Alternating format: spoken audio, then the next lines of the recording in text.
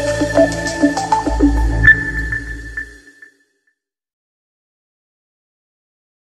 दोस्तों, full stack development using मर्न series में आपका स्वागत है। आज हम लोग पढ़ने वाले हैं रिएक्ट का प्रॉप्स।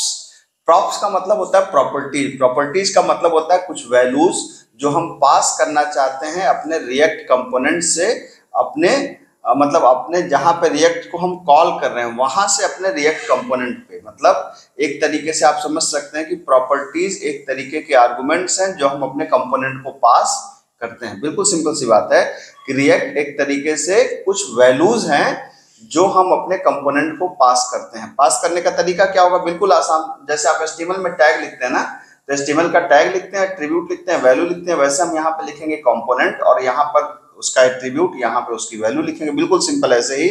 और प्रॉपर्टीज को हम फंक्शनल कंपोनेंट में भी पास कर सकते हैं और क्लास कंपोनेंट में भी पास कर सकते हैं। आइए हम देखते हैं इस को कैसे कर सकते हैं। तो सीधा सिस्टम पे आते हैं, ठीक है। तो इसको देखने के लिए ऐसा करते हैं कि हम लोग एक कंपोनेंट बनाते हैं स्टूडेंट नाम से, ठीक है। तो जैसे मान लीजिए मैंने स्टूडेंट डॉट जेएस नाम का एक फंक्शनल कंपोनेंट बनाया और इसके अंदर मैं चाहता क्या हूं कि इसके अंदर मैं चाहता हूं कि कुछ चीजों को मतलब स्टूडेंट की इंफॉर्मेशन को मैं प्रिंट कराना चाहता हूं, ठीक है। तो आपको पता है कि ये फंक्शनल कंपोनेंट है, तो फंक्शनल कंपोनेंट का मैं पहले बेसिक सेटअप कर दूं। आपको ये सब पता ही है, ठीक है। एक्सपोर्ट डिफॉल्ट, यहां पर आपने कर दिया स्टूडेंट, ठीक है। तो ये हमारा बेसिक तैयार हो गया फंक्शनल कंपोनेंट। अब प्रॉपर्टीज को मैं यहाँ पे पास करना चाहता हूं। तो देखिए प्रॉपर्टीज बिल्कुल सिंपल से, प्रॉपर्टीज कुछ अलग से नहीं है। जो फंक्शन के अंदर हम यहाँ पे आर्गुमेंट पास करेंगे, आर्गुमेंट का नाम आप कुछ भी रख सकते हैं। आप प्रॉप्स रख सकते हैं या जो मन करे आपको रख सकते हैं, कोई सी जरूरी नहीं है। प्रॉप्स में रख, क्योंकि प्रॉपर्टीज रिलेट करता है प्रॉप्स, इसलिए मैं यहाँ पे प्रॉप्स रख दे रहा हूँ। आप कोई भी नाम रख सकते हैं, ठीक है। अब यहाँ पे जैसे मैं चाहता हूं कि प्रॉप्स के अंदर मैंने ये सोचा है कि यार मुझे स्टूडेंट का नेम, उसका कोर्स और उसकी ब्रांच लेके आनी है। तो मैंने यहाँ पर एक मान लीजिए H1 लगा दिया। मैंने कहा कि मुझे स्टूडेंट का नाम चाहिए, तो हमने कहा प्रॉप्स डॉट नेम। अभी नेम हम पास नहीं कर रहे हैं, ये हम पास करेंगे, हमने ये ऐसा सोच रखा है, ठीक है।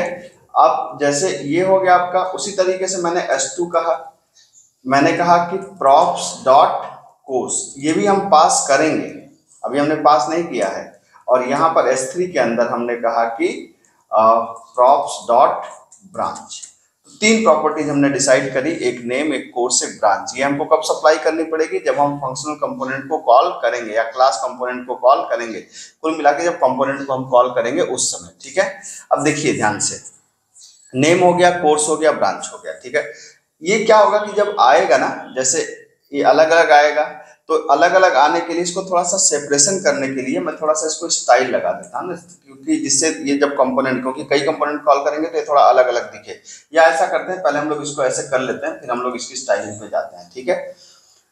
तो जैसे नेम, कोर्स, ब्रांच आपने कर लिया यहाँ पे, यहाँ तक तो ठीक है, बिल्कुल सही बात है। अब इसको हम कॉल कैसे करेंगे? एकदम आसान है। जैसे आप नॉर्मल कंपोनेंट को कॉल करते हैं, वैसे आप यहाँ पर गए और यहाँ पर आप स्टूडेंट को यहाँ पे कॉल कर लीजिए। आपने कहा कि इंपोर्ट, ठीक है, स्टूडेंट, कहाँ से? स्टूडेंट से कॉल हो गया आपका।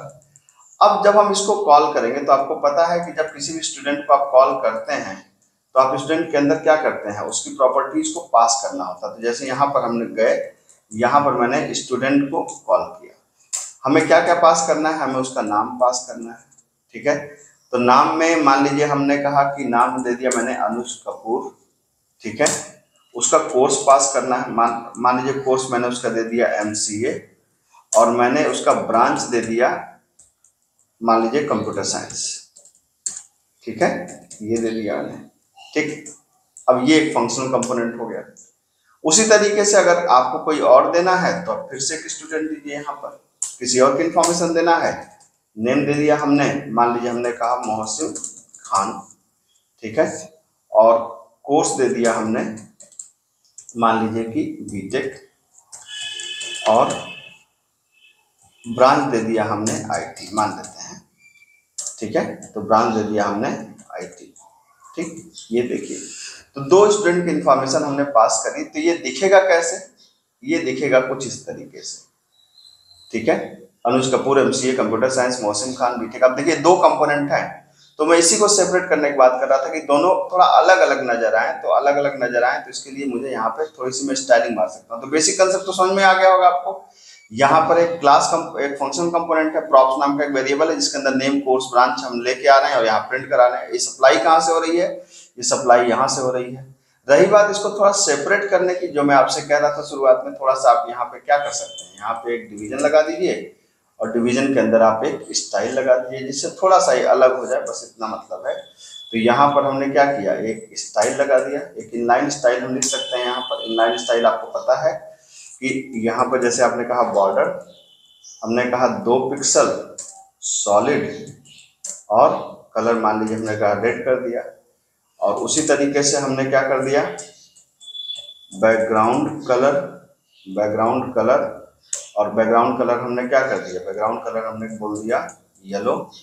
और एक थोड़ी सी मार्जिन दे देते हैं, ठीक है, जिससे थोड़ा सा मार्जिन रहे, तो मार्जिन दे दिया हमने, ठीक है, मार्जिन। और मार्जिन मैंने दे दिया क्या, 10 पिक्सल, ठीक है। सजाने का तो आप कितना भी सजा सकते हैं, मतलब ये बेसिक कुछ डिजाइनिंग है जो हमने यहाँ पे दे दिया। अब इससे होना क्या चाहिए, ये देखिए ये कंपोनेंट अलग अलग हो गया, मतलब अब ये अलग अलग नजर आ रहे हैं ना, जैसे अनुज कपूर अलग नजर आ रहे हैं, मौसम खान अलग नजर आ रहे हैं। इसी तरीके से आप किसी और को भी ऐड करना चाहें, आप यहाँ पर जाएं, यहाँ पे सिंपल वैल्यूज को आप पास कर सकते हैं। यहाँ पे यही स्टूडेंट को फिर से हमने यहाँ पे कॉल करना है, तो मैं यहाँ पे गया, मैंने कहा स्टूडेंट, ये हो गया। स्टूडेंट का नाम मान लीजिए मैंने अपना नाम रख दिया, धनंजय शर्मा, ठीक है। कोर्स रख दिया, मान लीजिए मैंने कहा कि PhD, ब्रांच मान लीजिए हमारी हो गई कंप्यूटर साइंस, ठीक। तो ये हमारी सारी चीजें यहाँ पर क्या हो गई, सेट हो गई। और सेट होने के बाद ये देखिए मैंने इसको सेव कर दिया। अब यहाँ पर ये भी कंपोनेंट आ जाना चाहिए, ठीक है। पेज दोबारा ये देखिए आ गया। तो ये एक तरीके से क्या है, आप एक जिसमें 2 बातें नजर आएंगी कि एक तो कंपोनेंट को हम जितनी बार चाहें रीयूज कर सकते हैं, बहुत अच्छी बात ये हमारे रिएक्ट की होती है कि कितनी बार भी आप कंपोनेंट को यूज करें। दूसरी बात है कि हमने यहाँ पे सेपरेट करने के लिए इसकी वैल्यूज अलग अलग हैं, तो वैल्यूज हम यहाँ से पास कर रहे हैं और इस्तेमाल यहाँ से कर रहे हैं। तो आपको पता ही है कि एक बेहतरीन हमने यहाँ पे प्रोग्राम बना डाला। मेरे ख्याल से कंटेंट आपको पसंद आया होगा, और कंटेंट आपको पसंद आया हो तो आप प्लीज मेरे चैनल को लाइक शेयर एंड सब्सक्राइब करिए। मिलते हैं अगले लेक्चर में। Thank you so much.